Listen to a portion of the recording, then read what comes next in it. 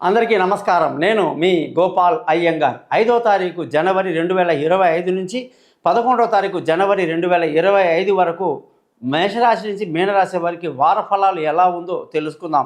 మనం ప్రతిసారి కూడా అనేక విషయాలు తెలుసుకుంటూ ఉంటాం, పంచాంగం తెలుసుకుంటూ ఉంటాం ఈ వారంలో, గ్రహస్థితులు. కానీ ఒక్కొక్క గ్రహం యొక్క కథ కూడా చాలా అద్భుతంగా మన పురాణాల్లో రాసిపెట్టి ఉంటుందన్నమాట. ఆ ఒక్కొక్క గ్రహం యొక్క చరిత్ర చదివితే అసలు చాలామంది జాతకాలు నమ్మరు.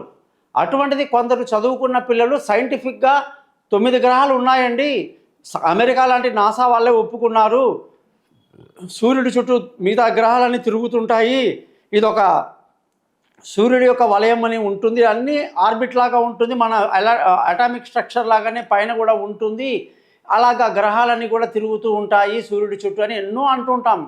కానీ మన పురాణాలు ఎంత డెప్త్గా వెళ్ళిపోయాయంటేనండి, ఒక్కొక్క గ్రహం యొక్క పుట్టుక ఎంత డెప్త్ అండి బాబోయ్. అసలా ఒక గ్రహం యొక్క పుట్టుక ఎలాంటిది, అది ఏ గ్రహానికి మరో గ్రహం జన్మించిందట చెప్తానండి. ఒక్కొక్కటి వినండి, మీరు ఆశ్చర్యపోతారు. అంతేగాని ఎప్పుడు కూడా ఒక 2 నిమిషాలు స్పెండ్ చేయకుండా ఏదో వారఫలం వచ్చిందా, ఎంత ఉంది, ఎలా ఉంది, ఈ వారం మనకి టార్గెట్లు అయిపోతాయా, పేమెంట్లు వచ్చేస్తాయా, వ్యాపారాలు అయిపోతాయా, పెళ్ళిళ్ళు అయిపోతాయా, ఉద్యోగాలు వచ్చేస్తాయా, ప్లీజ్ కొంచెం ఆగండి. ఆగి నిదానంగా ఒక 2 మినిట్స్ తెలుసుకోండి. నేను కూడా ఎక్కువసేపు మీతో మాట్లాడను, ఎందుకంటే డబ్బు నాది, టైం నాది, కెమెరా నాది, ఎంత స్పెండ్ చేస్తున్నాను మేము జనాల కోసం. మేము ఎందుకు, నాకేమైనా మీరు రిటర్న్ ఇస్తారా? లేదు. జస్ట్ చూసి ఏదో ఒక చెత్త కామెంట్ పెట్టే వాళ్ళు పెడతారు, దండం పెట్టే వాళ్ళు దండం పెడతారు, అంతేగాని నేననేది దయచేసి నిదానంగా వినండి. నేను ఈ యొక్క వారఫలం 5వ తారీఖు నుంచి 11వ తారీఖు జనవరి చెప్తున్నాను. అలాగే గురుగ్రహం యొక్క స్థితి వృషభ రాశిలో, కుజుడు కర్కాటక రాశిలో, కేతు కన్యా రాశిలో, బుధ సూర్యగ్రహాలు ధనుసు రాశిలో, అలాగే శుక్ర శని చంద్రగ్రహాలు కుంభరాశిలో, రాహు సంచరించేది మీనరాశిలో సంచరిస్తున్నారని చెప్పాను. ముఖ్యంగా ఈ వారం కానీ గమనిస్తే బుధగ్రహం యొక్క మార్పు, వృశ్చిక రాశిలో అనేక రోజులుగా ఉన్నటువంటి బుధుడు ఇప్పుడు మనకి ధనుసు రాశిలోకి వచ్చేసాడన్నమాట. ధనుసు రాశిలోకి బుధుడు రావటం అనేది చాలా మంచిది. ఎందుకంటే అంతకుముందు వృశ్చిక రాశిలో విషమ క్షేత్రంలో ఉన్నారు, ఆయన శత్రు క్షేత్రంలో ఉన్నారు. అందుకే గ్రహాలలో నేను చెప్పాను కదా, ఏ గ్రహం ఎలా పుడుతుంది అనేది అంటే చూస్తే బుధ గ్రహం గురించి ఇవాళ తీసుకుందాం. 9 గ్రహాలలో బెస్ట్ గ్రహం ఏదైనా ఉంది అంటే, ఎటువంటి మాలిన్యం లేని, ఎటువంటి తప్పు లేని గ్రహం ఏదైనా ఉందంటే అది బుధ గ్రహం అన్నమాట. బుధుడు అంటే సాక్షాత్తు మహావిష్ణువు ఈ గ్రహానికి అధిపతి. మరి అతని సొంత కొడుకు లాంటి వాడు అన్నమాట, ఆయన పెంచుకున్నవాడు అనమాట ఈ బుధుడు. మరి బుధుడు ఎవరికి పుట్టాడంటే చంద్రుడికి పుట్టాడట. చంద్రుడు ఎవరితో కలిస్తే పుట్టాడు అంటే బృహస్పతి భార్య పేరు తార అట. తారతో ఈ చంద్రుడు కలిసి కాపురం చేయడం వల్ల ఈ బుధుడు పుట్టాడు అని చెప్పి మనకు విష్ణు పురాణాల్లో చెబుతారు. ఎంత ఆశ్చర్యంగా ఉంటుందంటే అసలు ఇంత డెప్త్గా ఎలా జరుగుతుంది. ఈ రోజుల్లో మీకు చూస్తుంటారు, రహస్యం అని అనేక సీక్రెట్ అనే పుస్తకాలు జాబ్లో దొరుకుతుంటాయి. విశ్వాన్ని మనం ఏమడిగితే విశ్వం మనకు అది ఇస్తుంది అని చెప్పి కామెంట్స్ ఉంటాయి. నిజంగా చూసుకుంటే ఇవన్నీ ఎందుకు పనికిరావు ఆ పుస్తకాలన్నీ. మన గాయత్రి ముందు ఎక్కడండి అసలు విశ్వాన్ని చీల్చిపడేశారు మన ఋషులు, మహానుభావులందరూ కూడా. మంత్రాలని ఎలా కనుక్కున్నారండి. అలాగా బుధుడు వచ్చేసి చంద్రుడికి తారకి పుట్టినవాడట. అటువంటి చంద్రుడిని వదిలేస్తే, అనాథగా వదిలేస్తే, చంద్రుడు బుధుడిని వదిలేస్తే బుధుడిని మహావిష్ణువు దత్తత తీసుకున్నారండి. ఆ విధంగా ఈ గ్రహానికి మహావిష్ణువు అధిపతి. ఆ విధంగా ప్రతి గ్రహం చుట్టూ మీకు ప్రతిసారి ఒక అద్భుతమైన స్టోరీ చెప్తుంటా, తప్పకుండా విని ఆనందించండి. ఈ వారం కానీ చూసుకుంటే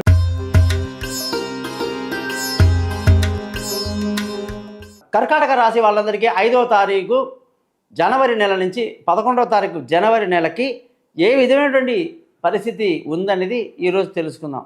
ఈ రాశి వాళ్ళందరికీ కూడా వ్యయాధిపతి అంటే ఖర్చులకు అధిపతి బుధుడు. బంధువులకి, స్నేహితులకి, రిలేషన్షిప్కి, హెల్పింగ్కి, అన్నిటికీ కూడా మానసిక ధైర్యానికి కూడా బుధుడే అధిపతి. మరి అటువంటి బుధుడు ఈ రాశి వాళ్ళకి ఎంత అద్భుతంగా 6వ ఇంట్లో వచ్చి కూర్చున్నాడు. 6th హౌస్ అన్నమాట.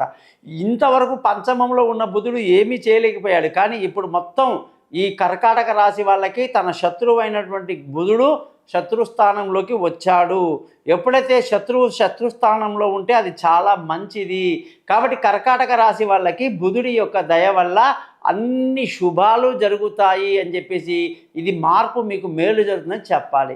ఈ వారమంతా కూడా మానసిక ఉల్లాసాన్ని కలిగి సంతోషంగా ఆనందంగా ఉంటారు, స్థిరమైన నిర్ణయాలు తీసుకుంటారు, అందరితో హ్యాపీగా గడుపుతారని కర్కాటక రాశి వాళ్ళకి మనం చెప్పాలి.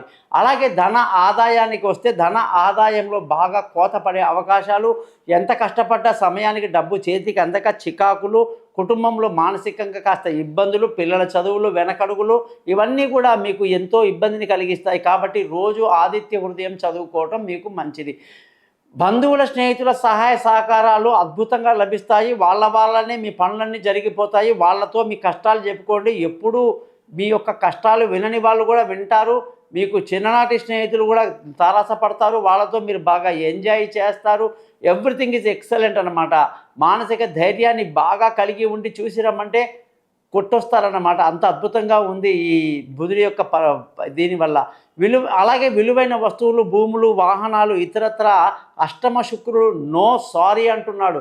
ఎట్టి పరిస్థితులు కూడా మీరు డబ్బు లాస్ అయిపోతారండి. విలువైన వస్తువు మీద మీరు లక్షల్లో డబ్బు ఇన్వెస్ట్ చేయడానికి అనుకూలంగా లేదు అన్నాడు. అందుకే మీ జాతకం చూస్తే అందులో మీ నక్షత్రం బట్టి, మీ లగ్నాన్ని బట్టి, మీకున్న దశని బట్టి అసలు ఏం జరుగుతుంది అనేది కన్ఫామ్ చేసి ఆ యొక్క పరిహారం చేసుకొని మనం చేయడంలో తప్పు లేదని నా అభిప్రాయం. కాబట్టి మీ డీటెయిల్స్ అన్ని నా ఛానల్కి పంపించండి, నా నెంబర్కి పంపించండి. నేను మీ జాతకం రెడీ చేసి మీతో 15 నిమిషాలు మాట్లాడతాను. పీడిఎఫ్ చేసిన పేపర్ని 50 పేజీలు మీకు పంపిస్తాను. పరిహారాలు కూడా సింపుల్గా చెప్తాను. కాబట్టి simpleastrology.comని ఖచ్చితంగా మీరు లైక్ చేస్తారు, సబ్స్క్రైబ్ చేయండి, బంధువులకు తెలియజేయండి. జాతకం వరకు రండి. గురుదక్షిణ ఎలా ఇవ్వాలో కూడా నేను తెలియజేస్తాను. ముఖ్యంగా ఈ వారం కర్కాటక రాశి వాళ్ళందరికీ చూసుకుంటే సంతానం విషయంలో వాళ్ళ డెవలప్మెంట్ చూసి సంతోషపడతారు. వాళ్ళ విదేశీ యానాలు సంతోషపడతారు. ముఖ్యంగా వాళ్ళు అనుకున్న చదువులో సీటు రావడము, వాళ్ళు అనుకున్న కాలేజీలో సీటు రావడం మీకు ఎంతో సంతోషాన్ని కలిగిస్తుంది. తెలివైన నిర్ణయాలు తీసుకుంటూ ముందుకు వెళ్తారు. ఆరోగ్యపరమైన విషయాల్లో కానీ చూసుకుంటే అసలు ఆరోగ్యపరంగా జాగ్రత్తలు కొంచెం వరకు తీసుకోవడం ఎంతైనా మంచిది. ముఖ్యంగా భార్యాభర్తల మధ్య ఈ రాశి వాళ్ళందరికీ కూడా ఈ ఇంకొక 6 నెలలండి. మార్చి 30వ తారీఖు శని మార్పు, అంటే అష్టమ శని కాస్త 9వ ఇంట్లోకి వెళ్తున్నాడు అనమాట. ఇంకా 5 నెలలు 3 నెలలు చాలా జాగ్రత్తగా ఉండండి. ఇన్ని రోజులు ఎలాగో ఓపిక పడ్డారు కాబట్టి ఈ 3 నెలల తర్వాత భార్యాభర్తల మధ్య చక్కటి సయోధ్య కలిగి పెళ్లి కాని వాళ్లకు పెళ్లి కుదరడం, ప్రేమికులకు అనుకూలంగా ఉండడం, పార్ట్నర్షిప్లో వ్యాపారాలు కలిసి రావడం, ఇలాంటివి ఎన్నో అద్భుతాలు జరుగుతాయి అన్నమాట. కర్కాటక రాశి వాళ్ళందరికీ కూడా ఈ వారంలో అదృష్టం చాలా బాగుంది. తండ్రి పెద్దల సహకారంతో అన్ని పనులు పూర్తి చేసుకుంటారు. ఎంతో ఆనందంగా గడుపుతారని చెప్పాలి. ముఖ్యంగా ఉద్యోగంలో ప్రమోషన్లు, ఇంక్రిమెంట్లు, పై అధికారుల ప్రశంసలు, కొత్త ఉద్యోగంలో అవకాశాలతో ఈ వారం అంతా దద్దరిల్లిపోతుంది. వ్యాపారం చేసే వాళ్ళకి మాత్రం చాలా ఎక్కువగా ఎఫెక్ట్ నెగిటివ్గా ఉంది. ముఖ్యంగా హోటలు, తిండికి సంబంధించినటువంటి ఫుడ్ సంబంధించిన ఇండస్ట్రీలో ఉన్న వాళ్ళకి దెబ్బ పడిపోతుంది అన్నమాట. జాగ్రత్తగా ఉండాలి. వ్యాపారంలో ఖర్చుల విషయానికి వస్తే ఖర్చులు బాగా అదుపులో ఉంటాయని కూడా మనం చెప్పొచ్చు. కర్కాటక రాశి వాళ్ళు రోజు శివనామస్మరణ చేసుకోండి, పంచాక్షరి మంత్రం చేసుకోండి. అలాగే ఈ ఛానల్ని సబ్స్క్రైబ్ చేయండి. నా జాతక వరకు నన్ను కాంటాక్ట్ చేస్తారని ఆశిస్తూ సెలవు తీసుకుంటాను. గోపాలయ్య.